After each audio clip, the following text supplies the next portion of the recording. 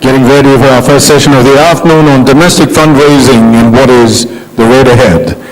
Our moderator for this discussion is currently Chairman and Managing Director of TVS Capital.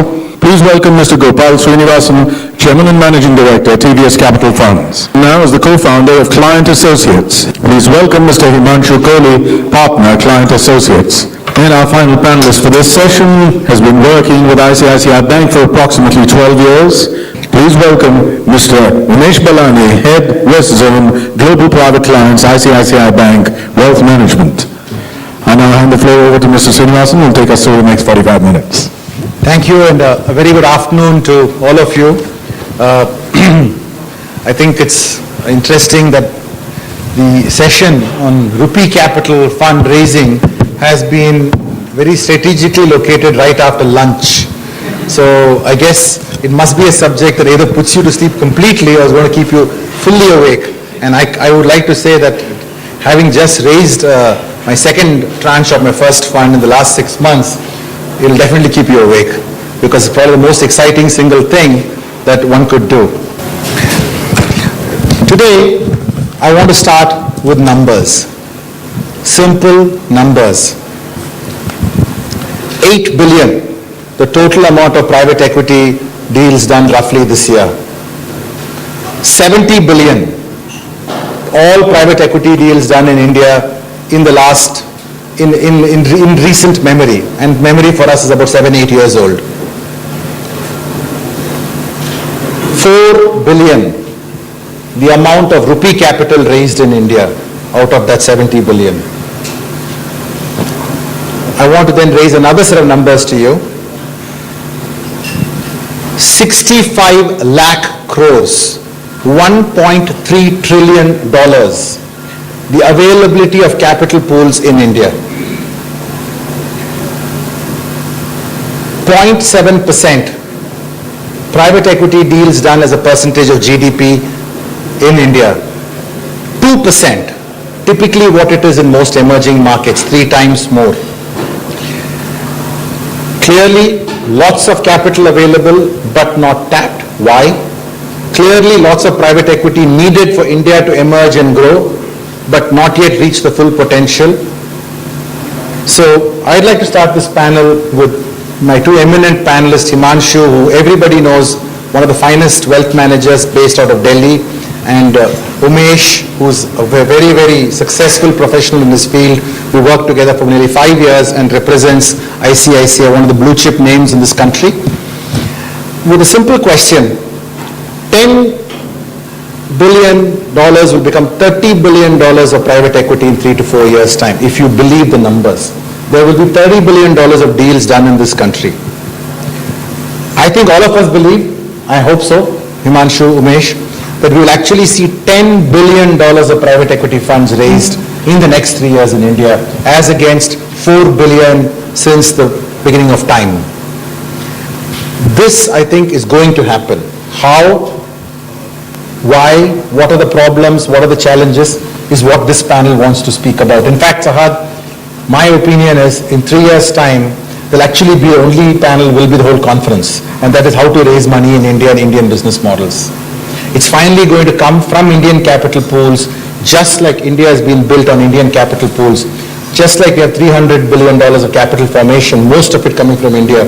It has to happen. It's just a moment of history and the development of economic frameworks which are the issue. Is a collective opinion of this panel. So let me just, having stated our thesis so you have no surprises, that we are optimists, but we are people who believe there's enormous amount of hard work required to get there, both by the regulator and by all the players in the industry.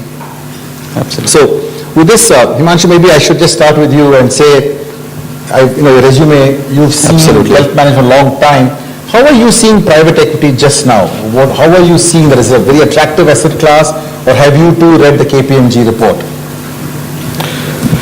In fact, if we see how wealth management is shaping up, last 10 years we have seen a lot of changes which have happened. But even if we see the real data today, like we work with few family offices, few large business families, even today, 90% of their wealth is locked in either into their businesses or family real estate assets. it's only 10% which is available, which is in true sense investable in financial assets. But definitely the scale of wealth is increasing at a very rapid pace. Whatever data we see, which comes from World Wealth Report or Credit Suisse report, this HNI market is increasing over here. And as the scale of wealth would increase, definitely there would be a need to diversify beyond traditional asset classes of fixed income or equities. And that is where we see a big opportunity. Now just, Gopal, I would like to share some data. If we see the World Wealth Report, internationally, high net worth individuals, the definition is someone who has more than $1 million of wealth. The way they have been investing is 1/3 is going towards equities, close to 30% is going towards fixed income, 5 to 8% is going towards alternate asset classes. In India, towards alternate asset classes would be less than 1%. Yes. So if we see, and we really believe India is a growing economy, the scale of wealth would increase, and even if a bit of change in asset allocation patterns which would happen over a period of time, the opportunity for private equity is going to be huge in Indian markets. So I completely agree with you that domestic pool of money which could be available for this asset class is going to be enormous over a period of time. And I think the other thing which always strikes me as a piece of data, and maybe you and Umesh can comment on this, I look at the fact that the top, let us say, for the sake of discussion, 20 businesses in the country have a market cap, promoters market cap only $200 billion. Right. And if you take the top maybe 15, 20,000 families, or not even that, maybe 10,000 families, they have nearly $600-700 billion in terms of, you take the Clement report or any of the reports which classify wealth. So if you take a percentage of what you're saying of that number, it's, if you take 6% of that is $36 billion. So there isn't much shortage in terms of availability, but the Ganga has to flow down. Absolutely. So market size potential is definitely there. How do we need to tap this, and what are the acts which needs to be done, whether it's at the regulator's end, whether it's at the companies which are raising funds, that needs to be seen. But potential is definitely there of the market. And I think we should come to that later in terms of those companies. So Umesh, your experience, ICICI of course is known more for its large footprint of mass wealth, and yet you are representing the private client group of ICICI. How do you see them looking at private equity as an opportunity? Are they moving towards where Himanshu says they want to put 6-7%, or are they still holding back? Sure. So I think today if a private equity fund was to raise money in India, there are clearly 3-4 sets of clientele that one can really tap at. So one is really the high net worth individuals who will invest, say, anywhere between 25 lakh to say 4-5 crores. The second segment can be the ultra high net worth individuals and family offices who will really invest 5 crore upwards, that is $1 million and above. And third is really the banks and insurance companies. So out of these three pockets of investors, we clearly feel that family offices is really ultra high net worth individuals, and family offices is really the client segment that, basically from an opportunity and challenges point of view, if we were to arrive at one segment and we want to really focus hard for an asset class like private equity, it's really the family office segment. Agreed that the kind of time that you need to reach out to these family offices and the kind of time that it really takes to close a proposal is very, very long. But both from a private banker's point of view as well as from the point of view of a fund house, it makes a lot of sense to work with those players because they will always be repeat clients if they are satisfied with whatever you do. And again, the pockets are very, very deep and they're getting deeper by the day. But you feel that there are enough of those families who are open-minded now? Absolutely. In fact, I've participated this journey of looking at family offices right from 2000 onwards. And the private equity funds really came in about 2004, 2005 with the family offices. And to start with, it was something that was very, very exciting, something which was very, very exclusive. That's where it found way in some of the family office pockets. But in another 2 years, they thought that some of those deals they can do themselves. That's where they booted up their teams significantly, looked at a lot of private bankers who started working with them, a lot of people working with fund houses work with them, a lot of people who have worked abroad with a lot of exposure in private equity to come and work with them here in India. And so they thought that really most of these things we would like to do ourselves. Why pay a 220, for something that we can do on our own? But I think the change really happened in another 2-3 years. And I think the present state of mind really is that they feel it will be very good if I can put, say a chunk of my money, a part of my money into a fund and also see some co-invest opportunities along with the fund. So that way, we're getting to see much wider part of the market. Can we stay on this 220 thing for a second, right? I mean, I'm just sitting here, I've got a couple of 100 crores, just sold my business, and Himanshu comes to the door and says, give me 50 crores and I'm going to take whatever, 1 crore a year for the next 5 years. Can't I just do this myself? Do I need to go to a model? Is this model itself sustainable, do you think? Do you think India needs to say, stop, 220 is not the model, everything has to be carry-based, why should we pay you this kind of money? Because that seems to be a big concern. And we are a country where I mean, if I can respectfully say, we are not thrilled about paying professional fees. In fact, Gopal, just to share, 10 years back I quit my job and started Client Associates. That time we said we will only launch a fee-based advisory model. And I was sharing with a friend this morning that had we just gone pure fee-based, we would have been out of business because market was not ready to pay fees. Coming to your question of 220, yes, if you have this kind of a corpus and you say, I can manage it myself. If I come to you and say I would like to advise you, I need to bring you a value which is higher than 220. I need to bring a value and that needs to be demonstrated both qualitatively and quantitatively. Unfortunately, what has happened in the industry, in fact, another data which I was reading, some of the funds which have come in the real estate space, they collected a lot of money. And over a period of last 3 to 7 years, they have given a return which is high single digit or low double digit and still not exited. Now, real estate is one asset class which is so dear to all of us in India, especially North India where I come from. Almost 60-70% of our wealth is deployed in real estate, and that is one asset class which we also track very closely.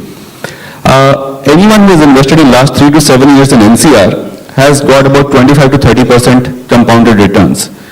So investors are seeing, is this some value which has been added, or fund managers have not done justice and still I am paying them 2% and 20%. Now, there one needs to make a distinction. If let's say markets have offered 25% and someone comes and says, okay fine, I can give you a 10% alpha over and above that, I don't think investors would mind paying that 220. But if you are not able to generate alpha, I think this money will definitely pinch you.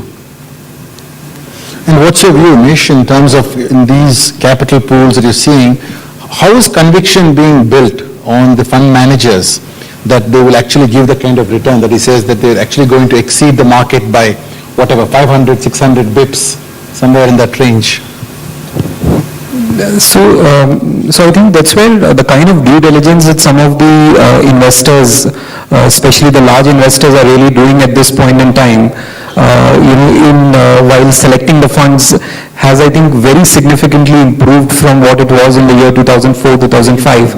In fact, it has gone to a stage where, with one of the recent funds that we recommended to a few clients, the stage was that the people who are really managing the show at the fund house to track their track records, and one of the members in the fund was really a promoter himself, say about 7-8 years back. So the point really that this family office requested was, I want to see the year-on-year growth that he did in the company that he was managing 7 years back. So I think the focus on how the fund manager will be really able to deliver returns to a client in a very, very scientific way is evolving in a very good way. And of course, there have been a lot of questions about this 220, that it's quite high. But I think with the larger investors, I think some of the fund houses have also worked out, a different class of units with a little less fee, and that seems to be flying well with those investors. Because primarily, if you really look at 220, and if you were to deeply look at the expenses of the fund, etc., so I don't think squeezing it any beyond from there would be very meaningful to the clients, because at the end of the day, the fund manager really has to work hard to see that he gives you that return. So squeezing that 0.5% or 0.25% here and there, to my mind, doesn't make too much sense, and I feel the clients are quite also understanding of this whole bit at this point in time. So really you're saying it's returns versus fees, and he's saying diligence improvement, essentially giving a better ability for these larger family offices. And we're still on the subject of family offices, we haven't come to other capital pools. But one quick question for you before that really, Himanshu, is to say, all that is nice, but going back to the KPMG report, which by the way has, people have developed an opinion is negative on the Indian private equity industry, but actually the way I read it is actually it's providing a directional view that high stakes, high engagement, near buyout in the consumer growth space provides great returns, and exits have been good. So I didn't read it negative, I read it positively because it seemed like that's what it said. But what is your view? Exits, will it be happening? Because there's a feeling in the industry next 2 years are the years of exit. In fact, one of the firms I saw an ad in the VC circle for said, we're looking for an exit expert. So, which means the industry is engrossed to the idea of exit. Do you think that people are seeing that from the HNI pool that's going to happen, or will they be wait and watch? Because exits are finally going to give them liquidity. Returns without liquidity are meaningless. Right. I think one of the important things anyone comes to this pool is what is the exit strategy, whether I'll be able to encash what has been developed over a period of time, because we are coming as pure investors. So exit is going to be one of the most important things. I'm sure there would be definitely exits that should be happening. We have seen a track record of certain funds where they have been able to exit. But it's extremely important to see the manager with how well they have been able to exit over a period of time. So it's going to play a very important role. Today, if I have to select a manager, I would like to go and see what is the exit which they have given to investors over a period of time, and what kind of a compounded returns they have given. What are the processes which they have followed? Have they been able to beat the benchmarks or not? So exit is definitely going to be a most important criteria to evaluate out of the various criteria. So do you feel that this exitability, you said I was curious, you said people like you, when you do diligence, you look at exit. I want to ask a very simple question. Exit for the investee company of the portfolio, in the portfolio, fantastic point.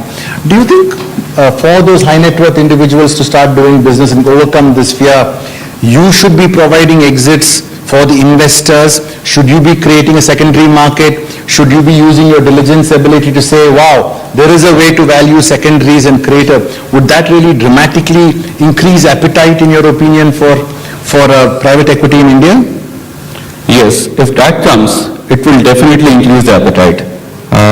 In fact, I met a gentleman who is also providing an exit to investors who have invested into a private equity fund, and they are not willing to hold on for next 3-4 years.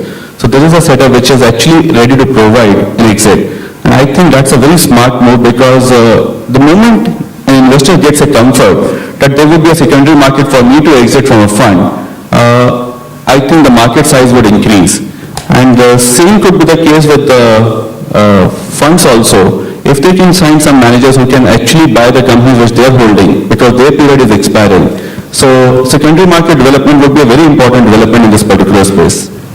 So great. I think, what we're hearing, folks, is basically there's about $30 billion of private equity opportunity available just in the HNI capital pool, that the 220 model can work provided there is an ability to do great diligence. We're hearing that fundamentally, the track record is a very key aspect, which is obvious. And the fact that firms like yours, Client Associates, ICICI, can actually help a lot with the diligence, potentially. But I guess I need to ask one question. Alignment of incentives. You guys take money to sell private equity firms. Do clients buy that? Or do they say, wow, this is really not fair? How do you deal with this issue? I'm just trying to make it saying, how do clients see this business? And just do this on HNIs for a second, Dinesh. Yeah, so first, as I said, that, this level of fee is something which I think the larger clients are really able to understand and appreciate. And at the same time, as you mentioned about the fee structure that maybe firms like us who have been advising clients, I think it's been, to a great extent, it's quite a transparent subject with many of them at this point in time, because they all know it now. Maybe in 2004, 2005, when we started the journey, it was a bit of black box, but today I think, out of our 50 team members, all of them would not know the percentages as accurately as 50 clients would do. So I think they know it by now, but what really,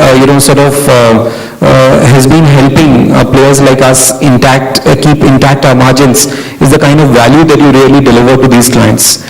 This is diligence, or where do you see the... Absolutely. So I think right from the stage that you showcase a certain product to a client, you have to be very, very clear that what is the product that you are really taking to a client. So being very, very selective about it, what sort of due diligence that you have yourself really done about the whole thing, and how you are facilitating this entire piece, because these investors would typically take in a lot of time. And I think ever since 2008, I keep saying that before 2008, most of these private equity investments used to get closed in 1 or 2 meetings. But now it's about 5 to 6 meetings when it's really, the check is really out of the client.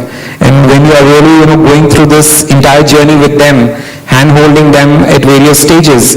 So I think those questions of, what incentives you earn get slipped away, or maybe, they get a feel that, it's really worth it, the kind of support system or the kind of advice that you're really getting there. Okay. Just a quick question before we leave the high net worth, Himanshu, and my question really is, we're saying that diligence is critical. We're saying the firms have a role to play in terms of making sure diligence happens. There's an interest, you're saying, in secondaries also. But my larger question is, I look back in time and I say less than 10, another number, the number of funds that have been raised in the last 18 months or so, including all kinds of firms. And more importantly, in my mind, less than 1,000, the amount of money that they're able to raise in crores. Why do you think with so much of interest you're saying, there's $400, $500 billion of high net worth money, such a small allocation, so much of people in professionals like ICICI, client associates reaching out to them with high quality information, and yet why are the fund sizes small? In fact, Gopal, I'll combine the previous question and then come to this question also. You mentioned about alignment of interest. Now, I find 2% and 20% sharing is quite expensive, especially when we have not been able to deliver in the past. In fact, we raised a concept about 6 months back with our clients. It's only when you make positive returns and you beat the benchmarks and the alpha which is generated, we will earn a fees out of it. So only when the client is making money and he's making more money than what the markets are offering him, he will pay us a fees. There is a lot of acceptance of that point. So there's a complete alignment of interest. Acceptance by the investors. By the investors. Now coming to this... I'm not sure how the funds felt about it. Maybe. Yeah, acceptance from the investor's point of view. And clearly that is something which we as advisors should be able to bring in, because that is something which should be easily quantified. Now coming to this point, a lot of potential is there in the Indian markets. Why we are not able to raise so much money? One, as I mentioned, there is Himanshu on that thought. So what you're saying is absence of credibility, which gets the fees, can be traded off by saying pay for performance. Pay for performance. Clearly, if I am able to bring you value, so whatever extra value I brought to you, you pay me out of that. And there's a lot of acceptance. So if some PE fund could also structure a fee structure which is in line with this, if I'm able to give you better than what the environment is giving you returns, I should charge you a fees. The commonly heard line in the field, by the way, is, and I've just finished about 225 meetings the last 6 months, and one of the things they keep asking me, saying, look, you're the promoter. How can you take fees from me? That's your job. You have to pay all those bills. And if you make money, give me money. But this idea of fees is why Wall Street has failed. It's immediately linked to macroeconomic meltdown, which I'm not sure there is a connection. Maybe there is. So I think it's a very core Indian mindset for those of you who want to raise money. This fee, actually 20% is not a big deal. In fact, I have a negotiating with a guy last night on the phone. He said, मैं आपको 30% carry दे दूंगा, but आप fees को zero कर दीजिए. You know? So it's a very intrinsic mindset, and maybe it's an emerging economy mindset and a kind of mindset of a nation who has been trading for something like 5,000 years. So I think it's a great thing. I think some of these questions will actually sort of subside down once, I think the next 1.5 year is very, very critical in terms of the private equity funds really showing color of money back to the investors. Because most of the funds were started in 2004, 5, 6, etc. And because of this meltdown in 2008, the exits that could have been happened in 2008, 2009 have been pushed by about 2 years. But if we see the next about 1 to 2 years, good in terms of investors receiving money, I think some of these questions will sort of die down there itself. Fund sizes you were about to comment on. Right. So all of us acknowledge there is a huge potential in the Indian markets. The size of wealth is great enough, but still we are not able to tap the kind of money which we should be able to tap from this source of HNIs. Now one, if we see, when we go to an investor, we need to understand who is the investor who is putting in the money, whether he is sophisticated enough to understand the space. Is he going to be there from a long-term perspective? Can he actually be with the fund for next 6 to 10 years? So these are some of the important questions which we need to ask. And definitely, since this money would be raised over a period of next 2 to 5 years, would you be able to meet those installments as and when they come? I know a case where I went to a client and he was showing me a statement. He says, there is an institution which came to me and said 50 lakh rupees of commitment. But 10 lakhs what was paid upfront, today the value of that 10 lakhs is lower than 10 lakh rupees because the fees has been charged and no NAV has come after that. Now he was very uncomfortable paying the next installment. Now that is where someone who is selling this product needs to understand, is the guy understanding it? Would he be able to service these installments? It would not create a bad... Himanshu, I just want to ask a question. As you said, you guys know the customer, you guys are getting paid fees. Should it not be that you actually give a check to the PE firm and you worry about making sure the calls happen, and if it doesn't, somehow you have a pool of money from which you could make up those calls? Because call management, what we're beginning to hear is a real challenge in the industry, and people may not be able to pay the calls because their circumstances change, or, well, potentially their perception of the fund has changed. So it's definitely a responsibility of a distributor or an advisor in between to ensure that they get the right kind of clients. Somehow, should they also sort of say, we'll give you we'll write you the check, don't worry about the investor, and we'll do the diligence to make sure... Actually, that is the way it should be. It would not be a written understanding, but that's the understanding broadly which should be there. That yes, you focus on managing the funds. Once a client has given a commitment, that commitment would get honored. But on the back of it, I should ensure that my client understands this product, understands what kind of expenses which are going to be charged, when the calls are going to come, whether he will be able to honor those commitments or not. Typically, if we say a client who has a wealth which is in excess of the need-based wealth what he requires, I think that's the kind of a client which we should go for, who is not worried about his regular income out of this money which is he's investing or committing towards private equity. So what we have done an analysis, a family or a client who has more than $10 million of investable wealth is the right kind of an investor to get into private equity. I see. Fantastic. That is something which is our internal analysis, and the basis we have analyzed this is, suppose there is a moderate investor. Moderate could be 1/3 going towards fixed income stable asset classes, 1/3 going towards real estate, 1/3 is going towards volatile, and this private equity comes towards volatile. So within 33%, maybe 1/3 of that is going towards private equity, which means 10% of the total wealth. So 10% of total wealth, and if he decides to invest in 2 fund managers to diversify his risk, maybe 5% is what he is committing. So someone who has $10 million would be able to commit somewhere about 2 crores, 2.5 crores towards this kind of a avenue. So that's the kind of an investor, and typically $10 million or 50 crores plus investors would be the ones who will have higher wealth than what they require.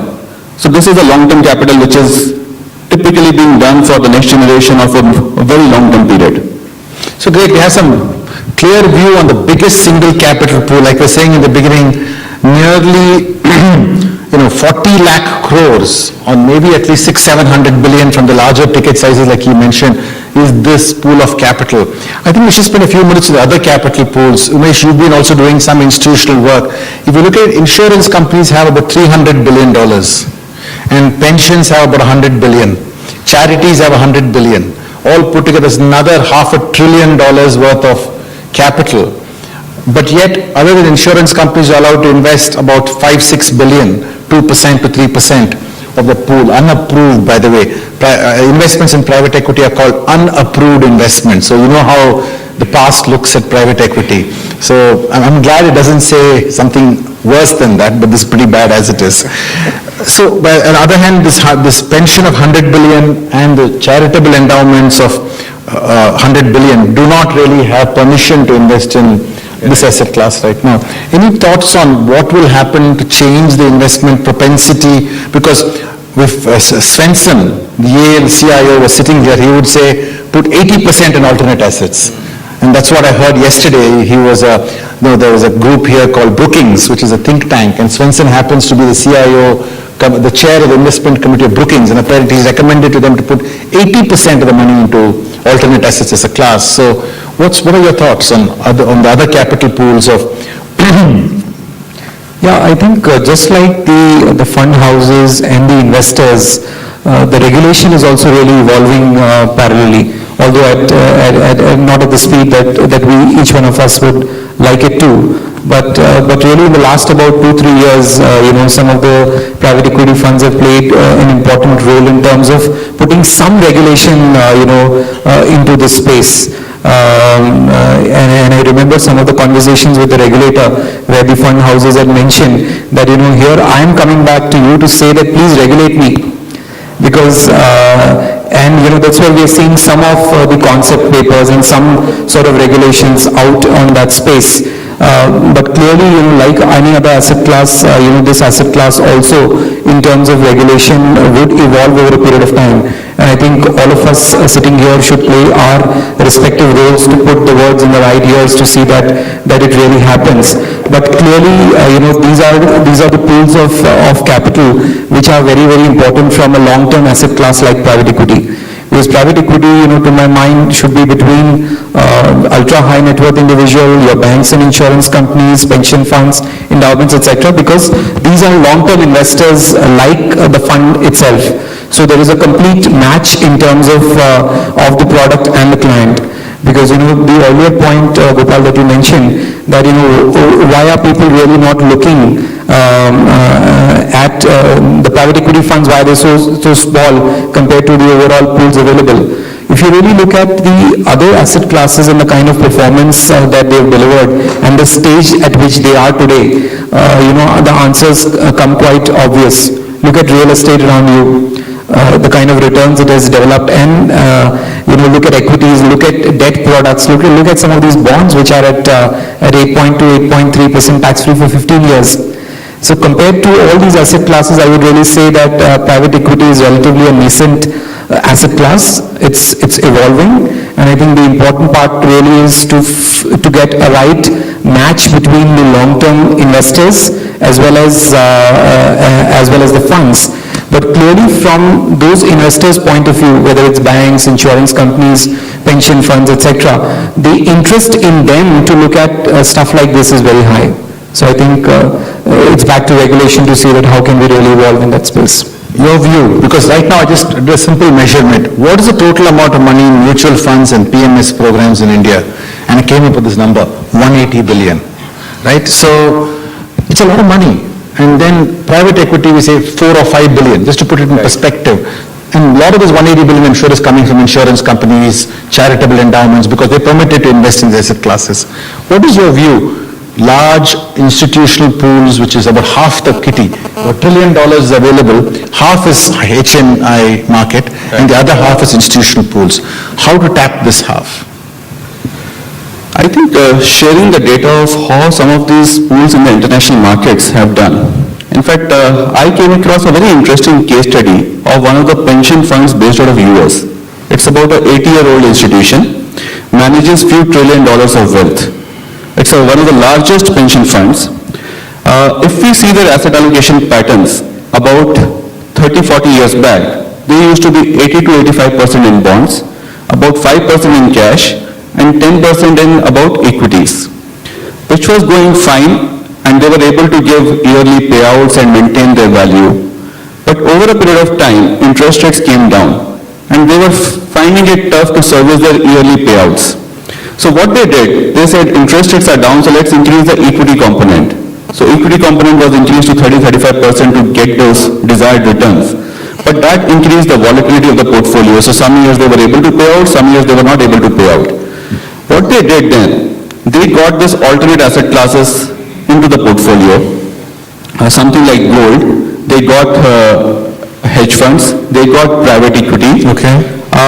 Doing that, fixed income was further brought down to less than 50%, but they were able to get that high single-digit, low double-digit returns, which they were able to meet their objectives. Because of different correlation between these asset classes, so some years some is doing well, the other is not doing very well. So they were able to curtail this volatility of equities. I think if we see similar data, I am sure in India this is also going to happen. So some of these pension funds or insurance companies, if we go to them and share this data with them, I'm sure their mind share towards this asset class would increase over a period of time. Really, it's a regulator, right? Because all of them are following edicts of either the PFRDA or the IRDA. So we're saying use data to make a change. And I'm sure that will happen. So just maybe it's a good time to pause here as we're coming towards the end. What we're hearing is HNI market is half the pool, clearly interested in private equity, probably a few exits will help them. Some interesting alternate business models would help them in terms of the fee versus the carry, and maybe going more towards the carry and less towards the fee could be of great help. We're hearing that there is an interest in secondaries of investments in PE funds, and that's also an emerging market, and that these 10 funds that have raised money are probably going to benefit from it. We still haven't kind of figured out maybe why there's 1,000 crores and less, but maybe we'll come to later. It's a great time to go to the audience and get your questions. And before that, I just wanted to share 3 points which I kind of believed were important for the private equity funds raising in India. I think the first thing that I realized, this is my second fund, is that start small. Do not try to raise a large fund in the beginning, because that is really going to be very, very tough to overcome this credibility bridge that both Umesh and Himanshu talked about. Unless you've got this huge track record of 20 years of investing, I would say start with a small fund. Second is invest in companies with quick exit horizons in the beginning. Even if you get a little lower return, the liquidity is more important, and you can then raise the next fund. Because people are quite happy to get 15-16% return with quick liquidity in 3 to 4 years. You don't have to overpromise 25%, 22%, 23%, and then not deliver it. That would be the second thing that one learns. The third thing I would say is, in terms of investors, try to build a loyal investor base, and that's where partners like Client Associates and ICICI could be very, very useful. Because having very seamless relationships with your partners is very, very critical. You need to think about them to be around for the next 20 years with you, both in terms of the investors and in terms of your relationships with them. That's what at least worked for us. ICICI raised our first fund, they're raising a second fund. HDFC raised our first fund, they're raising a second fund. So, we've had the same partners, and that's really, really been something very important to us. Questions, points of view, gentlemen sitting right there. So my name is Sandeep Ravindran, I'm with Asian Healthcare Fund. One observation I've made that might indicate that private equity may not be the best fit for the HNI community here in India is that, as you know, most private equity funds, particularly in the West and here in India, have a fund tenure of about 10 years. Some are 8 + 1 + 1, many are 10 + 1 + 1. And my understanding is that the mindset of most of the HNIs in India is that they don't want to be locked up for that period of time, or even something, even 6 to 8 years. And what I'm hearing is they want to see 10 years, 4 years, 5 years, 6 years. And so how do you remedy that discrepancy in terms of it being the right fit? Could we take a couple of other questions and maybe just bundle it all together? Yes, please. Sameer with August Capital Partners. Just a question to the panel is, I know you mentioned smaller funds are probably desirable. So as a small fund, how do you get the attention of client associates or ICICI to go and raise a fund for you sub $50 million? Because a larger fund of funds won't really touch anything less than $50 million. Okay. Any other questions? And Yeah, take one more and put them all together. okay. I'm Sunil Goel and just had experience of closing the first round of a $20 million fund, all through the HNIs. What I need to know is, Could you answer his question? How did you get the attention of people with $20 million? I have a bigger question, because the moment we do a cutoff of $10 million for Indian HNIs, we will never be able to reach out to the masses and educate them about the potential of this education, this particular asset class. We have to reach out to $1 million investable surplus HNI, educate him, allocate 5% of your savings into a venture capital or 10%, start small now, and you will have the opportunity to build on the portfolio as you go along. But how do we do that? Because otherwise this industry will be lackluster for another 3 to 5 years. Great. So we've got a bunch of questions saying small investors, how do you get to start a small fund, and is 10 years too long? By the way, I think most funds in India typically talk about 5 years. So just to get a sense, it's typically 5 years in and out. Average time of money in fund is what most people talk about. So, Himansh? Pardon? We think it is, but I'm sure there'll be not many points of view on In that. fact, I'll take that question. So, in fact, when we started the journey in 2004 with some of the private equity funds, the way a private equity fund used to look at an investee company was completely different from the way they look at today. So I think the additional flavor that they have today, while selecting a company, is how would you really exit, the company 4 years from now, or 3 years, or 5 years from now. So that is a very important selection criteria right at the stage of screening, number one. Number two, across those 3-4 years, the kind of nurturing that the private equity fund has to do to that investee company is also in line with the fact that by the time you exit, the company is sort of ready for investors to look at. And in fact, there are some of the funds who have also hired, some experts within their team at very, very senior levels, whose job and the only job is to look at the exits. So they're a part of, some of those investment committee meetings, and, they're constantly speaking to various large fund houses, etc., who would potentially buy these investee companies, and they're in regular dialogue with them. So the time they feel that they're really nurtured, the investee company, they get into active dialogues and see that it happens. So I think this has been one way how the industry has sort of adapted itself with this need of the client, which I completely agree with you. In fact, when we started, it used to be 8 + 1 + 1, and today it's about 6 + 1 + 1 is the norm. So I think the industry has adjusted very well with the client needs in terms of that bit. Himanshu, fund sizes, I think a great question, because you have to start at 20 or 50 million. And how do you get the attention of the larger advisors, or do you need the larger advisors? In fact, I'll share a real experience which we have actually done. We have only raised money for one private equity fund so far. When we met up with this team, which was planning to raise it, they said our thought process is to raise somewhere close to $400 to $450 million. And broadly, we will get 2/3 of the money from overseas investors, 1/3 money from Indian investors. And within Indian investors also, the way we would like it is 75% comes from institutions and 25% comes from HNIs. And that was the brief which was given to us, and we asked the rationale behind that brief.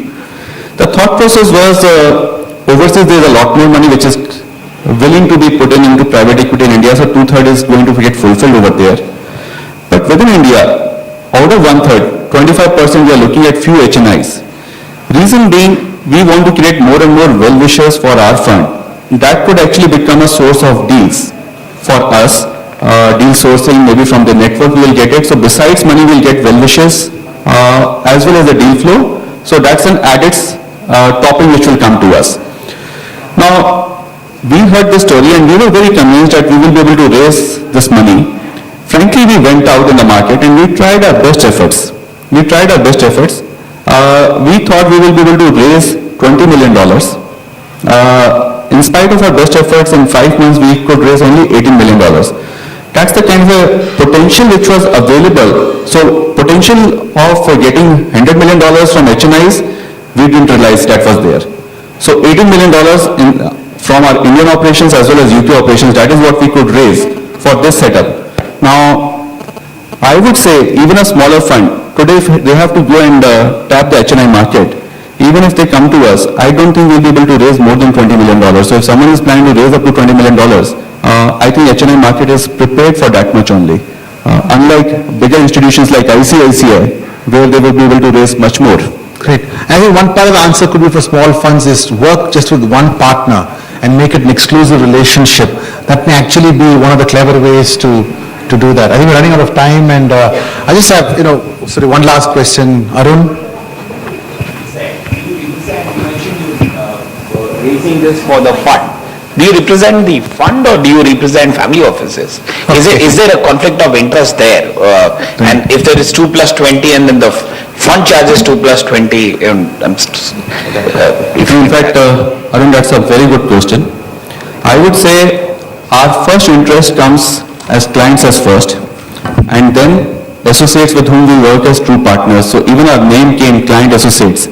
So client always comes first and then our associates. So we will always be working towards our client's interest. That is something which is very clear. Various ways that you can demonstrate that. One of the fees models which we mentioned to you is if you make money and you make more money than what the market is offering you, we'll charge you a fees. So in a nutshell, it's always the client interest which comes first. Actually, I think in the interest of wrapping it up, let me speak on their behalf because we've raised money through distributor. I think 3 things happen. First is if they select a fund wrong, within 2-3 years they get hammered by their clients. There's a huge reputational loss for them. So they really can't afford to do with the larger companies. Second is many of them actually have ways in which they don't necessarily to keep all the fees. They have a longer term relationship with these clients. So they have their own ways of working with those clients. So I think those are the reasons that really keep them going. Ultimately, they don't see the client associates, as he says, client is their name, and they have to associate with the client. So they always come first. We are in business just because of client-centric model. We didn't have any brand behind us. We didn't have any capital behind us. The only thing which we had was the passion to do this. And always if you work for clients, business is a byproduct. So as we wrap up, I think what we're hearing is there is huge amount of capital available, about 500 billion, 400 billion from just from HNIs, another 500 billion from other untapped sources. The 30 billion that India will need in the next few years of private equity per year, at least 10 can definitely come, it looks like, because 10 appears a very, very small fraction. Absolutely. All less than those 5-6% numbers that Himanshu and Umesh were giving us. So quick, one last question to you, Umesh, just one line answer. Do you think that private equity will succeed with those HNI clients, yes or no, for 10 billion? And why? Yes, that's why I'm on with this journey. And to you, one quick question. Fund of funds, is that the real answer? To get diversification like the other gentleman said for small investors? Like the way mutual funds have evolved, because there was a lot of confusion with so many stocks, so funds came into picture. Similarly, when there would be too many funds, confusion about which funds or fund of funds would evolve over a period of time. And that is something which would get evolved provided the expense ratios are managed. So that's it, ladies and gentlemen. From my side, only 1-2 lines. I think one thing that really works in India when you raise money is asset managers who are born and raised and worked in the country. Huge value is placed on domestic experience by investors. The second thing that I would really say is if you think you like hard work, this place is all pleasure. Thank you very much.